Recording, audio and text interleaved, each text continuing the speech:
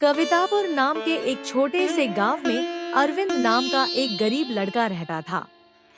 उसके परिवार में उसके साथ उसके बूढ़े माता पिता रहते थे। अरविंद का परिवार बहुत ही गरीब था। उनके पास ना तो कोई जमीन थी और ना ही खाने के लिए कोई साधन था। अरविंद दिन भर मजदूरी करता और उससे जो कुछ भी कमा पाता उसी से अपने पूरे परिवार का पेट भर लेता। यह देखकर अरविंद के माता पिता बहुत दुखी होते। हमारे पास ना अपना घर है और ना ही अपनी कोई जमीन। हमारा बेटा दिन भर दूसरों के खेतों में मजदूरी करता है और उसके बदले भी उसे बहुत कम पैसे मिलते हैं। हम दोनों अपने बेटे पर बोझ बन रहे हैं। परेशान मत हो। रक्षा, हमारा बेटा बहुत मेहनती है। भगवान सब देख रहा है। अरविंद ने कभी किसी के साथ गलत नहीं किया। वह ईमानदारी से मेहनत करता है। उसने बचपन से बहुत परेशानियां देखी हैं, पर उसने अपना हार नहीं मानी। एक दिन हमारा बेटा भी बहुत धन कमाएगा और उसकी सारी परेशानियां दूर हो जाएंगी।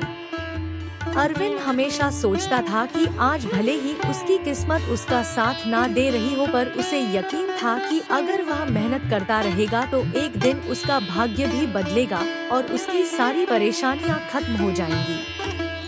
एक दिन अरविंद राकेश जमींदार के खेत पर काम कर रहा था। राकेश पास के एक पेड़ के नीचे बैठा था। अरविंद अपने काम में लगा हुआ था। तभी उसने देखा कि राकेश बहुत ही उदास है और गहरी चिंता में डूबा हुआ है। राकेश को उदास देख अरविंद तुरंत राकेश के पास गया और बोला, क्या हुआ मालिक, आप बहुत उदास लग रहे हैं। मुझे ऐसा लग रहा है जैसे आप किसी गहरी चिंता में हैं। कुछ हुआ है? मुझे बताइए, क्या पता मैं आपकी कोई सहायता कर सकूं।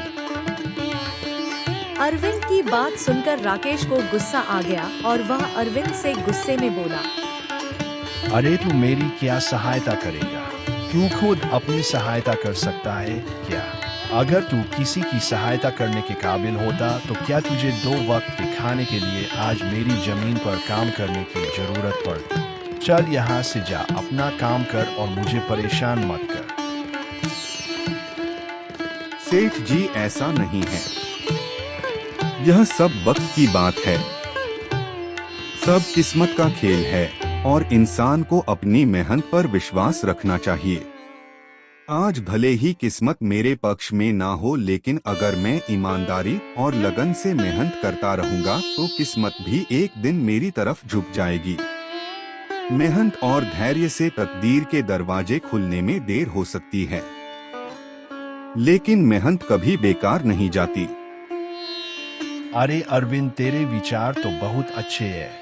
तेरी बातें सुनकर मन को एक सुकून सा मिला है। इतनी परेशानियों में भी तू अपनी जिंदगी खुश होकर काट रहा है। सेठ जी, यह सब मेरे पिता की सीख है। जब भी मैं किसी चीज के लिए अपने पिता से जिद करता था तो मेरे पिता हमेशा मुझे यही समझाते थे। बेटा अरविंद, हमारे पास इतना धन नहीं है कि मैं तेरी हर इच्छा पूरी कर सकूं। लेकिन एक बात हमेशा याद रखना, जिंदगी भी मौसम की तरह होती है। कभी यह धूप की तरह खुशियों से भरी होती है, कभी ठंड की तरह कठिनाइयां लाती है और कभी बारिश की तरह परेशानी आती है। लेकिन जैसे हर मौसम बीत जाता है, वैसे ही जिंदगी के मुश्किल हालात भी गुजर जाते हैं। बस धैर्य और हिम्मत बनाए रखना जरूरी है, क्योंकि एक दिन सब कुछ ठीक हो ही जाता है। अरविंद की बात सुनकर राकेश बहुत प्रसन्न हुआ। अरे वाह, लगता है तेरे पिता बहुत ही नेक इंसान है। किसी दिन मैं भी उनसे जरूर मिलूंगा। मालिक, क्या हुआ है? आप एक बार मुझे साफ साफ बताइए। क्या पता आपकी परेशानी का कोई हल मिल ही जाए। सेठ जी, एक बार मुझे बताइए तो क्या पता आपकी परेशानी का कोई हल निकल ही जाए। अरे अरविंद, मैं एक बहुत बड़ी परेशानी में फंस गया हूँ। मुझे अपनी परेशानी का कोई भी हल नजर नहीं आ रहा है। आप एक बार मुझे साफ साफ बताइए, क्या पता आपकी परेशानी का कोई हल मिल ही जाए। अरविंद, हमारे गांव में मेरे पिता की एक पुश्तैनी जमीन थी जो काफी पीढ़ियों से हमारे पास थी। उस पर मेरा और मेरे भाई का हक है और हमारे गांव के ही दो बाप बेटों ने उस पर कब्जा कर लिया है। मैं पुलिस थाने में केस दर्ज कराने की सोच रहा था, लेकिन गांव के बहुत बड़े बड़े लोग उनके साथ हैं। मैं कितनी भी कोशिश कर लूं, लेकिन मैं उन लोगों का कुछ नहीं बिगड़ पाऊंगा।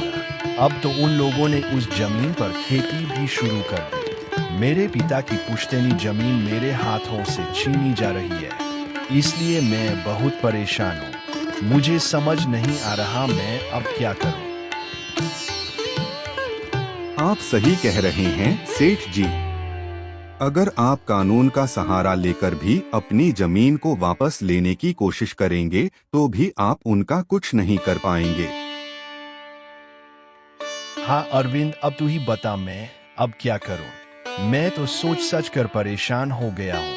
मेरी पुश्तैनी जमीन छीनी जा रही है और मैं कुछ भी नहीं कर पा रहा। मालिक, आप चिंता मत कीजिए, हर परेशानी का कोई ना कोई हल जरूर होता है। अगर आप चाहे तो एक तरीका है जिससे आप अपनी जमीन वापस पा सकते हैं। अरे मालिक, आप ऐसा क्यों कह रहे हैं?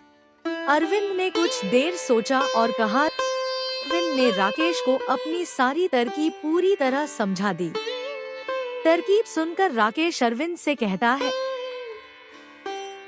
अरे वाह अरविंद, तू तो बहुत समझदार है। तूने तो बहुत अच्छी तरकीब बताई है। ऐसे तो मेरी जमीन मुझे जरूर मिल जाएगी। मैं तो ऐसे वादा करता हूँ, अगर तेरी यह योजना सफल हुई तो मैं अपनी जमीन का एक हिस्सा तेरे नाम कर दूंगा। आप मेरे मालिक हैं। आपकी वजह से मुझे अपने घर के लिए 2 वक्त का खाना मिल जाता है। आपकी मदद करना तो मेरा फर्ज है। मुझे आपकी जमीन नहीं चाहिए। अरविंद फिर से खेत में अपने काम पर लग जाता है।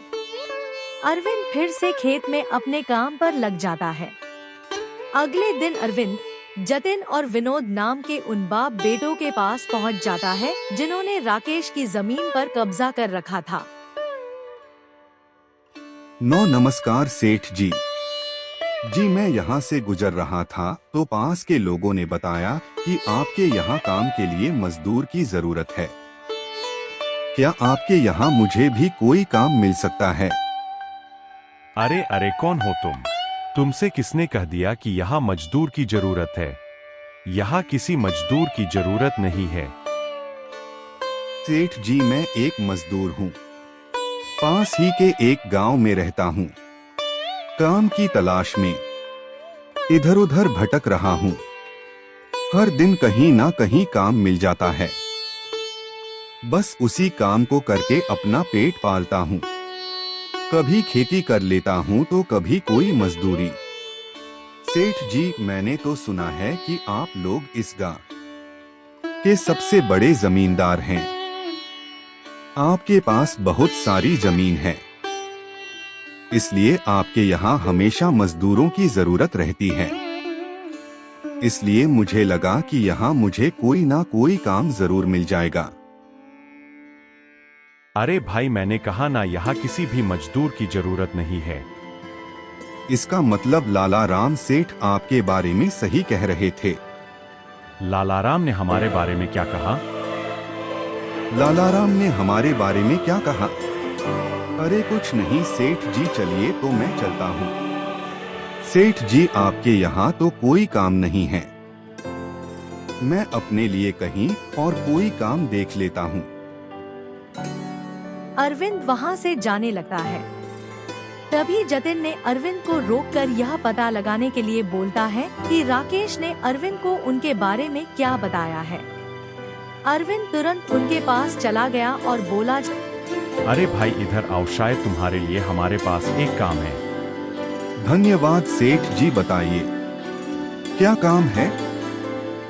आप जो भी काम बोलेंगे मैं हर काम करने के लिए तैयार हूँ। आखिर बूढ़े माँ बाप का पेट पालना है। अरे सब्र रखो, काम तो हम तुम्हें बता ही देंगे। पहले यह बताओ कि राकेश हमारे बारे में क्या कह रहा था। सेठ जी में पहले राकेश सेठ के यहाँ काम करता था, पर वह बहुत ही कंजूस और बदतमीज आदमी है।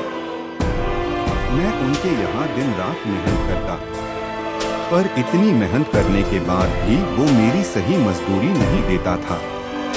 इस बात पर कल मेरी उससे बहस हो गई थी।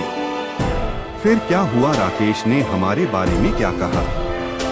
जब मेरी सेठ राकेश से बहस हो रही थी, तब उसने मुझे कहा कि पूरे गांव में उनसे ज्यादा मजदूरी कोई नहीं दे रहा। तो मैंने गुस्से में कह दिया कि गांव के सबसे बड़े जमींदार जतिन सेठ और विनोद सेठ सबसे अच्छी मजदूरी देते हैं, इसलिए उनके यहाँ हमेशा काम करने वालों की भीड़ रहती है। हाँ भाई, बिल्कुल सही कहा था। आखिर हम गांव के सबसे बड़े जमींदार हैं। हमारा फर्ज है कि जो भी मजदूर हमारे यहाँ काम करता है, उसे उसकी मेहनत के हिसाब से सही मजदूरी मिले। वाह सेठ जी, आपने बहुत अच्छी बात कही। राकेश सेठ कभी भी आपकी बराबरी नहीं कर सकता। वह तो शायद आपके जितना भी नहीं सोच सकता। जतिन और विनोद अरविंद की चापलूसी भरी बातों में आ जाते हैं और उसे अपने यहाँ काम पर रख लेते हैं। चलो अब काम की बात करते हैं। तुम एक अच्छे इंसान लगते हो। हमें अपने खेत पर काम करने के लिए तुम्हारे जैसे ही एक मजदूर की जरूरत है। कल से ही काम पर आ जाना। कुछ दिन ऐसे ही बीत गए।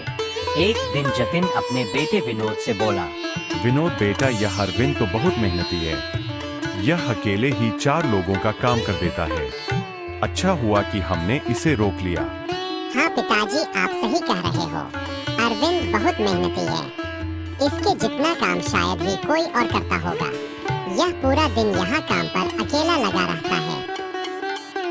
अरविंद की मेहनत ने जतिन और विनोद का दिल जीत लिया। कुछ दिन और बीत गए। एक शाम जतिन और विनोद अपने खेतों का दौरा कर रहे थे। जब वे अपने खेत पर पहुंचे तो देखा कि अरविंद इतने देर तक भी काम कर रहा था। अरविंद भाई, अब तो रात होने वाली है। तुम इतनी देर तक काम क्यों कर रहे हो? अब घर जाओ और आराम कर लो। सेठ जी, हमारी किस्मत में आराम कहाँ है? घर पर बूढ़े माँ बाप है। काम नहीं करूँगा तो उनके लिए 2 वक्त का खाना कहाँ से जुटा पाऊंगा? घर पर बैठकर आराम करने से अच्छा है कि मैं काम करूं। इस तरह मेरा मन भी लगा रहता है। तुम बहुत मेहनती हो अरविंद, आज का काम यही छोड़ दो और घर जाकर आराम करो। नहीं सेठ जी, इसकी कोई जरूरत नहीं है। मैं काम करने में ही खुश हूँ। आप लोग जाइए, मैं ठीक हूँ। ठीक है अरविंद, फिर हम जाते हैं। जब तुम्हारा मन करे काम खत्म करके अपने घर चले जाना। इसके बाद जतिन और विनोद खेत को अरविंद के भरोसे छोड़कर चले गए। अगली सुबह जब विनोद और जतिन अपने खेत पर लौटे तो देखा कि वहाँ पुलिस खड़ी है।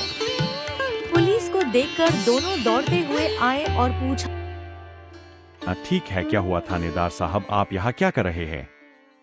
क्या यह जमीन तुम दोनों की है? हाँ थानेदार साहब, यह जमीन हमारी है। हमारे पास इसके कागजात भी है। फिर तो तुम दोनों को ले जाकर जेल में डालना ही पड़ेगा। यह क्या कह रहे हैं थानेदार साहब? हम कुछ समझे नहीं। आप क्या कहना चाह रहे हैं? अभी तुम दोनों बहुत अच्छे से समझ जाओगे। वह देखो तुम्हारी जमीन से क्या निकला है। थानेदार साहब, यह किसकी लाश है और यह हमारे खेत में कहां से आ गई? अब बहाने मत बनाओ। पहले लोगों को मारो, फिर उन्हें अपनी जमीन में गाड़ दो, और अब कह रहे हो कि यह क्या है? नहीं थानेदार साहब, हमें नहीं पता कि यह सब क्या है। यह लाश किसकी है और इसे यहाँ कौन गाड़ कर चला गया? अरे सेठ जी, यह पुलिस यहाँ क्यों आई है? क्या हुआ है? अरविंद देखो, पता नहीं कहां से हमारी जमीन में यह कंकाल आ गया है। मालिक, यह कंकाल यहाँ कहाँ से आ गया? यह तो बहुत गंभीर बात है। हाँ अरविंद, पता नहीं यह कंकाल यहाँ कहाँ से आया है, और थानेदार साहब को लगता है कि इसे हमने यहाँ मारकर गाड़ा है। अरविंद भाई, कोई उपाय सोचो जिससे हम दोनों इस मुसीबत से बच सके। तीनों को आपस में खुसफुसर करते देख थानेदार ने कहा, अब कोई तरकीब मत बनाओ। तुम दोनों बाप बेटों में से कोई एक तो जरूर जेल जाएगा। अब तुम ही तय करो जेल कौन जाएगा। थानेदार साहब, थोड़ा सा समय दीजिए। मैं बस 5 मिनट दे। अरविंद भाई, कोई उपाय सोचो जिससे हम दोनों इस मुसीबत से बच सके। हम तय कर ले कि जेल कौन जाएगा। देखो मालिक, दोनों के फंसने से अच्छा है कि कोई एक फंसे। अब सोचिए कौन जाएगा। हम दोनों में से कोई भी जेल नहीं जाना चाहता। मालिक, एक बात कहूँ, इस कंगाल को देखकर ऐसा लगता है कि इसे काफी महीने पहले जमीन में दबाया गया होगा। देखो अरविंद भाई, सच कहूँ तो यह जमीन हमने कुछ महीने पहले ही राकेश से हड़प ली थी। क्या क्या कहा मालिक आपने? यह जमीन हड़पी थी? मुझे कुछ समझ नहीं आ रहा, जरा साफ साफ बताइए। मालिक, मेरे पास एक तरकीब है जिससे सांप भी मर जाएगा और लायक ही भी नहीं टूटे। जल्दी बताओ अरविंद भाई, क्या तरकीब है? ये तरकीब बताने से पहले मुझे यह बताइए कि आप लोगों के लिए क्या ज्यादा जरूरी है। यह है जमीन या आप दोनों की जान? अरविंद, इसमें पूछने वाली कौन सी बात है? एक काम कीजिए मालिक, आप सबसे पहले जाकर थानेदार को बताइए कि यह जमीन सेठ राकेश की है। आप उनसे बोलिए कि हमने तो कुछ महीने पहले ही यह जमीन बस काम करने के लिए उनसे ली थी। बाकी का काम मैं संभाल लूंगा। अरे अरविंद, लेकिन इससे तो हमारी जमीन हमसे छीन। इसके बाद तीनों थानेदार के पास गए और अरविंद ने जो कुछ कहा था वही बात दोनों बाप बेटे थानेदार से कह। थानेदार साहब, यह जमीन हमारी नहीं है।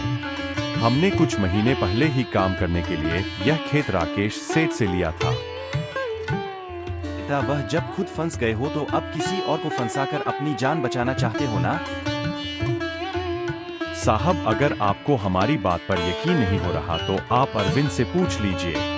वह हमारे साथ बस कुछ दिनों से ही काम कर रहा है। इससे पहले वह सेठ राकेश के यहाँ काम करता था। बोलो अरविंद, यह जमीन किसकी है? थानेदार साहब, यह जमीन सेठ राकेश की है। मैं कैसे मान लूं कि यह जमीन राकेश की है?